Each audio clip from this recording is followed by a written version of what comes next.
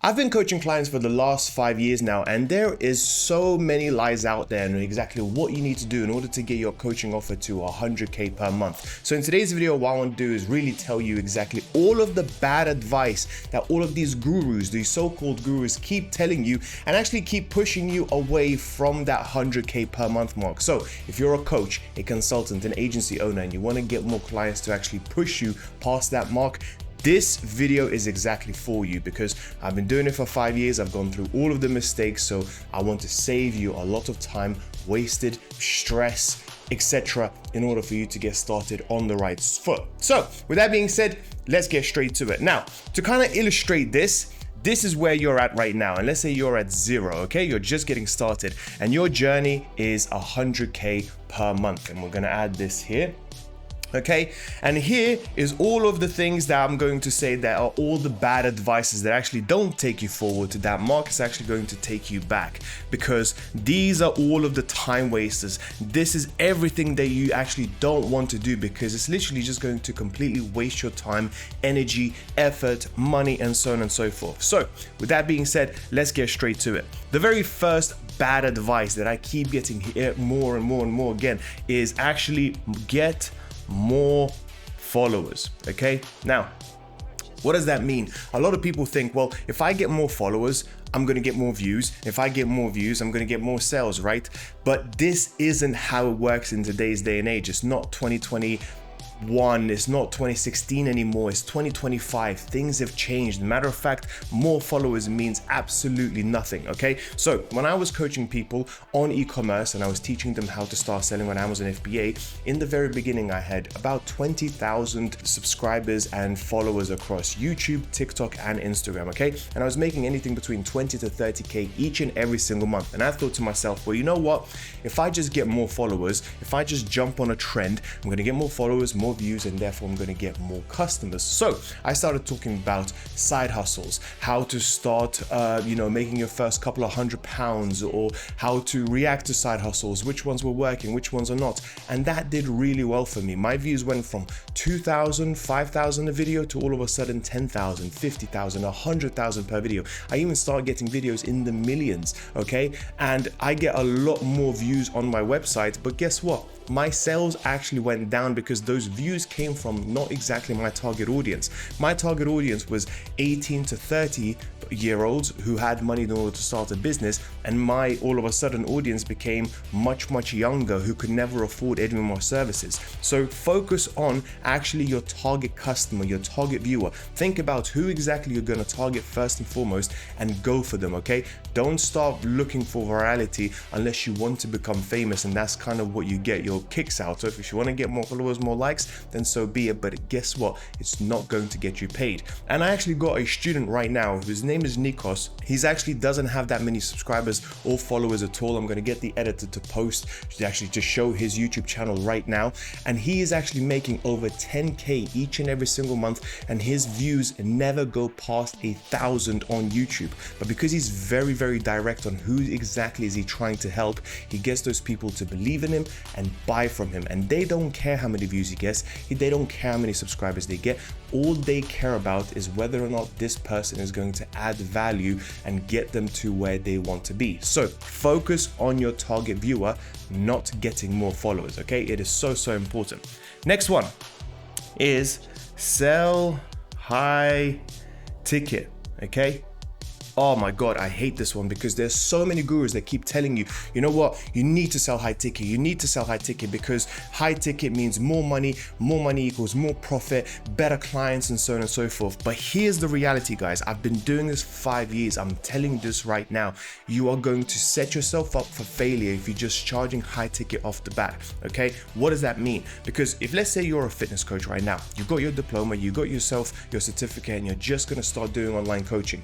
And if you're going to start selling your programs at an extraordinarily high price, you are competing against the best of the best, okay? So why should somebody buy from you as opposed to somebody else? Somebody who literally just started, whose content isn't that great, who hasn't been around that long, why should they pay you that sort of amount of money?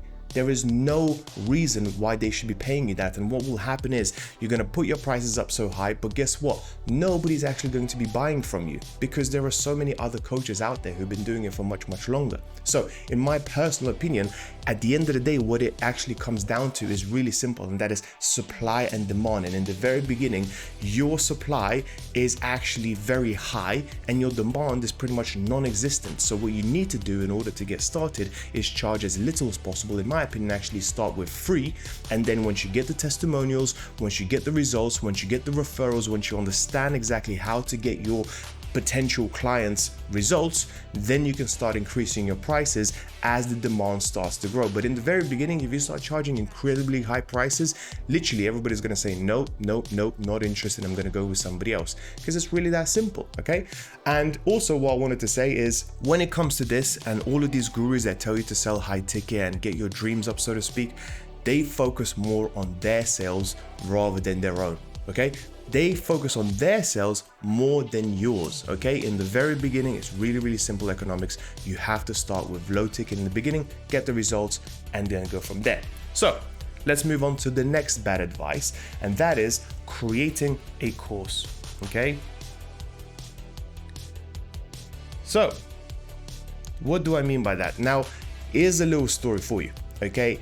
In the very beginning, I started with my Amazon FBA business. I actually started off by creating a course and I actually started selling. Okay. Once I've sold for like 2-3 years, I thought, well, all of these people are very interested in making money. They're interested in e-commerce, but what they also need to do is they need to understand is how to manage money, how to multiply it. So how to invest into stock market, how to get a loan, how to get a mortgage, and so on and so forth. So I decided to start a new course, and it was called Money Mindset. And I thought I can just market to the same audience because they'll be interested in it, right? So what I did is I spent 6 weeks scripting the course. I spent then 2 weeks shooting it, and then I spent another week editing it from start to end. Okay, it had 120 modules in it. It was amazing. I thought this is going to be amazing, right? And then once I launched the course, guess how many people bought? 0. Nobody bought at all. Okay. And the reason why nobody bought at all is because it wasn't exactly what they wanted. And the problem is this: a lot of new coaches right now focus on building something first before actually asking their audience, is this exactly what they want?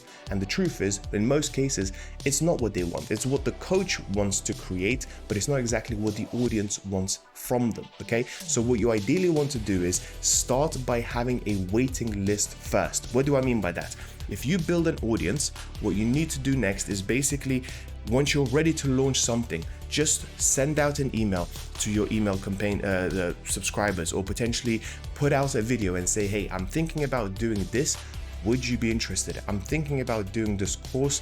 Would you pay for it? And if there's not enough demand for what you're trying to build, you're going to save yourself a whole bunch of time by actually not doing it. Okay. So in my case, what I should have done is, after I had my audience on Amazon FBA, I should have basically asked people, would you be interested in getting a course around managing of money?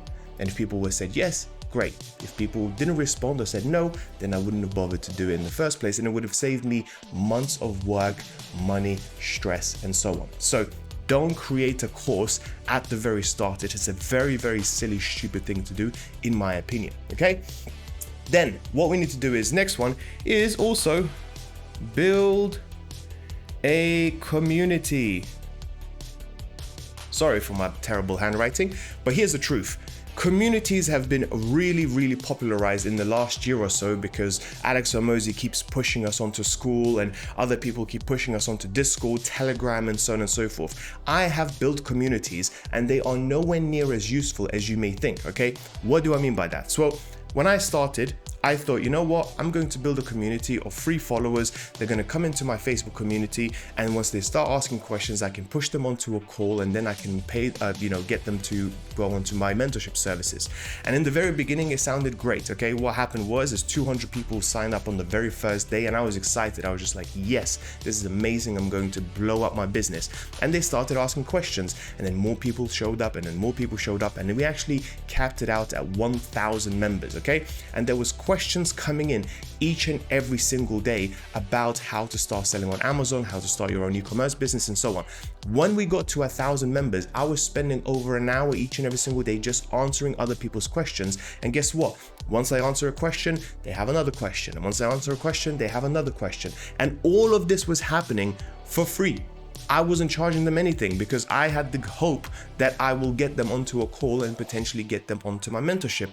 But I was kind of mentoring them already in the community. And that is a big problem, okay? You don't want to do that. Also, what happened is that when you build a community, other people can chime in and answer these people's questions as well. But guess what? They don't have that much experience in building their own business. So you essentially have this case of the blind leading the blind. And it's not exactly what you want, because one person is giving bad advice to another person and then they are wondering why exactly they're not getting the results that they deserve and want. Don't build a community in the very beginning. It's not a good idea. The only way I think you should build a community is actually if it's a paid community as part of something else, like as part of your course, as part of your one-to-one mentorship, and so on and so forth, because at least those people then have already paid for your services, and therefore you will have the incentive to help them every step of the way, okay? And last but not least, what do I mean is just post content. This is also very, very bad advice, okay? Because this is a very passive way of getting clients. People are just going to tell you, well, you know what? If you just start posting on YouTube, TikTok, and Instagram, you're going to get clients straight away. The reality is that is not the case, okay? I had to post 300 videos on YouTube to actually get my very first client. 300 at 3 videos a week, okay? That means I had to get 100 weeks in order to get my very first client. That was a lot, okay? So what do I mean by that is, if you want to get to this number as quickly as possible, you can't just result into just posting more content. You have to think about other ways to actually start getting clients. Number one, you have to think about going into networking events where your target customer is at. Number two, you have to think about, maybe I should do some cold outreach or even warm outreach. So anybody that comments on your videos, anybody that likes your videos, maybe you should reach out to them and see if you can potentially help out. Making content is a very, very passive way of making money, okay? And that is not exactly what you want to do. It is going to build up you long term, but this is not exactly what you want to do in the very, very beginning, okay? So now that we have told you about all of the things that actually waste your time and actually drag you, pull you away from making 100K per month each and every single month, such as getting more followers, selling high ticket, creating a course, building a community, and just posting for the sake of it. Now I'm going to tell you all of the 5 things that actually push you and do exactly what you want, and that is getting you to that financial freedom, making you 100K per month as a coach, and potentially completely changing your life, okay? So the very first thing is stories, okay? You have to remember that you will never be the best coach in the world ever. I hate to break it to you, but you're not going to be the best. There will always be somebody more experienced, more knowledgeable, more trustworthy, whatever, right? But why should people buy from you as opposed to somebody else? And the reason for that is stories. Remember this, there is one thing that you have to remember from this video. Facts tell, stories sell. I'll repeat that again. Facts tell, stories sell, okay? If you share your story, you will give people a reason to connect with you, something that will resonate with them, and they will trust you more than pretty much anybody else on social media. Let me give you an example. When I started off my Amazon FBA business, I bought my very first product. I brought them over from China, and my parents pulled me aside, my mom specifically. I brought 600 units in 3 boxes, and she was just like, what the hell are you thinking? Why on earth are you doing this? Can you get your money back? Is there any way we can get a refund? Okay, there is no way it's going to be a success, and therefore you're just completely wasting your time. Get yourself a better job. That's how you make more money, not necessarily starting a business, something that you've never done before.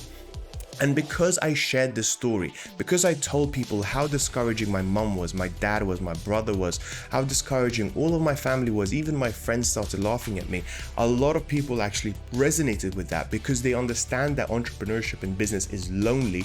And because I shared that story, they knew that I understand exactly how they feel and what they're going through. So when I jumped on calls with them, they said, it felt like you were talking to me. It felt like you know exactly what I'm going through, and I want your help because you have been there yourself and you know exactly what to do and how to get yourself out of it. So stories are very, very important. Now, they don't have to have many of them, but you need to know how to tell stories and how to make them very effective for your target audience. And this is one of the things that people don't really speak about. These coaches, these gurus will skip on this and focus on telling you to sell high ticket instead. And that's just not how it works.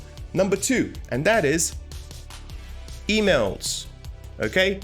Just go onto ChatGPT right now and ask, what is the best converting platform, social media platform out there? Is it YouTube? Is it LinkedIn? Is it Twitter? Is it TikTok? Is it Instagram? And it will tell you it is email marketing. And I'll tell you this, okay? Think about it. Think about the mind frame that you're in when you are basically on these social media platforms. Let's say, for example, you are on Instagram and you're scrolling through. Well, you're watching entertainment videos, you may be checking on your friend's posts, you may be checking on some photos, you may be responding to some DMs. You're not exactly in the mind frame of buying.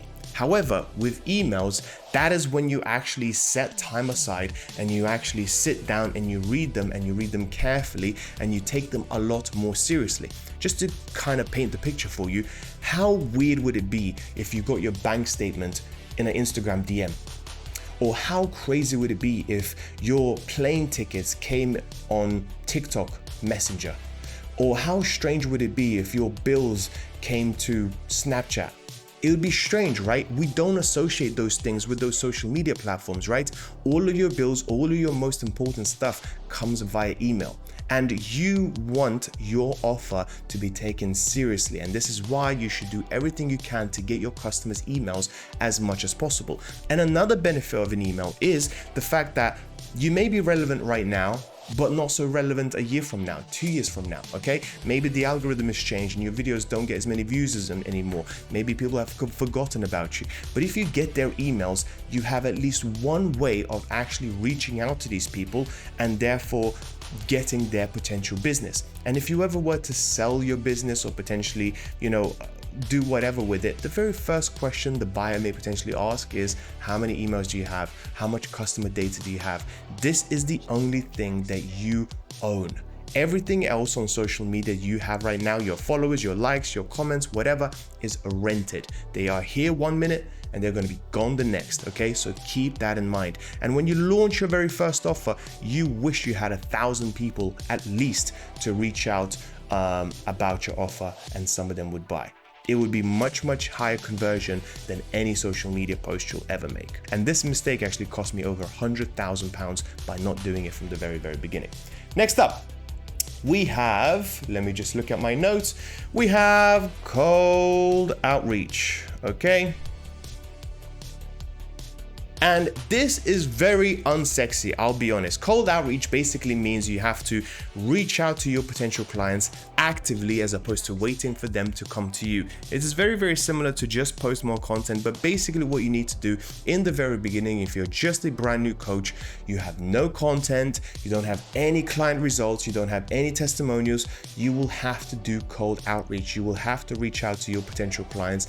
And I understand it sucks. I understand you're going to get a lot of no's. I understand you're going to get a lot of rejections, but it's going to build up that confidence. And if you want a quick win, that is how you do it, is by doing as much cold outreach as possible. That cold outreach may not be interested in your content right now, may not be interested in your services right now, but they'll start looking at you. They may start following you. They may start looking at your stories. And a month from now, 2 months from now, they will potentially buy from you, okay? In the very beginning, you don't have anything else to offer. This is the only active thing you can do. This is the only bit of effort you can do besides posting content. It is actually doing cold outreach. And guess what? If you cold outreach to 1,000 people, I bet you will have at least a few phone calls booked in to potential sell on your offer in the very beginning. And then once you get those few in and you get them results and you get those testimonials, everything becomes easier and easier and easier. But in the very beginning, if you're just starting out, this is something that is quite important in my opinion.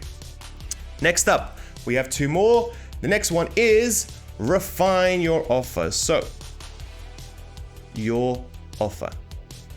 Okay, so basically what people forget is that Your offer always needs to improve time and time again, okay? So we are in this mindset that, hey, if we create a course, if we create a group coaching program or something like that, once it's done, right? It's passive income for infinity. And the reality is this: you always have to continue to focus on refining your offer. Things change. Your clients will come up with different problems, different issues, different challenges. And in order to overcome those issues, you have to continue to improve on your offer. So you continue to improve it time and time again, because your offer, the better it is, the more results you're going to get. The more results you're going to get, the more testimonials you're going to get. The more testimonials you're going to get, the more people are going to trust to go with you as opposed to somebody else. Now, what happens if you don't refine your offer? Well, first of all, people are going to be upset the second they buy and they realize what they're getting. Number two, you're going to potentially get bad reputation. Number three, people are going to ask for their money back, and your reputation is going to go down the drain before you even start, okay? So don't be lazy. Don't get into this mindset of passive income forever, and actually continue focus on improving what you provide time and time again, because guess what? The better your service is, the better your offer is, the more money you can charge. So eventually you can go into selling high ticket, because that's the end goal, right? And last but not least, and this is probably the most important, and that is sales, and I'm going to add skills, okay? It's not the best offer that sells the most. It is the one that is marketed the best. Now, I understand a lot of people listening to this video right now may think, well, I don't like being sold to. This sales has got like a very negative stigma to it, okay? And the reality is this: it's not really selling. I don't see it as selling. When you jump on a sales call, you're not really selling. You're more doing a consultative approach. Is this something that people really going to need? You kind of have to consult them and say, hey, is this program right for you? And if so, let's go for it. And if not, that's perfectly fine, okay? That's totally fine if it's not right for you. Think about it. Let me tell you a story, okay? And then you can kind of decide for yourself if what I did was sleazy, is it salesy, is it bad, or whatever. So the person that I spoke about earlier, Nikos, okay, who the editor showed about, in the very beginning, he had a coaching offer and he was making around £1,000 to £1,200 each and every single month, okay? And when I jumped on a sales call with him, I basically said, okay, well, how much are you charging right now? And he said, well, I'm charging about £100 a month each and every single month for my mentorship, and my course is around £200 as well. And I was like, I would get about 3-4 sales each and every single month, which adds up to 1,200. And I said, okay, what about your social media? And he told me about his social media strategy. What about your emails? He said, I don't have any, and so on. And then I said, well, I can almost guarantee you then we can get you to at least 10 to 20,000 each and every single month if we just implement a few things that have worked for me, okay? And he said he was up and down thinking about it and so on and so forth, and then eventually went for it. And then what we did is we actually started jumping on personal one-to-one calls. We actually improved on his sales skills. We improved on his offer. We got him to increase his price and actually provide more service, more value. We increased his price from £200 a month to £1,000 a month, okay? Because he was providing so much value. We extended the amount of time that he actually supports people, and the very next month he made 8K, and the month after that he made 12K. Now, in order to get there, he paid me money, okay? He paid me money for that service, but he went from 1,200 a month to 8 and then 12,000 the following 2 months. I sold him on my service, but I also fixed this problem and essentially changed his life within a very short period of time. Now think about it. Did I do something wrong by selling him on my service, selling him on my offer? Or did I solve a problem that he had and made his life so much better in the process? In my opinion, I did the right thing. I helped him with his issue, with his problem, and now he doesn't have that problem anymore, and therefore I just got compensated for it. So if you just reframe how you think about sales, more about consulting and more about problem solving, you will be much more focused on actually pushing people to, hey, come with me. I know I can help you. I know I can get you results. Just trust me on this one, and you'll be thankful forever. And if you can have that confidence, if you know exactly what you're about, and if you know exactly that you can provide value, then you need to focus on learning the sales skills, because then you can actually tell people what your offer is about, exactly what benefit they're going to get them, and so on. Okay, so with that being said, that's pretty much it for today's video. I hope you found it useful. I hope you're going to start focusing more on these things and less on this, and that will get you to your desired outcome so much faster. With that being said, thank you so much, and I'll speak to you soon. Bye bye.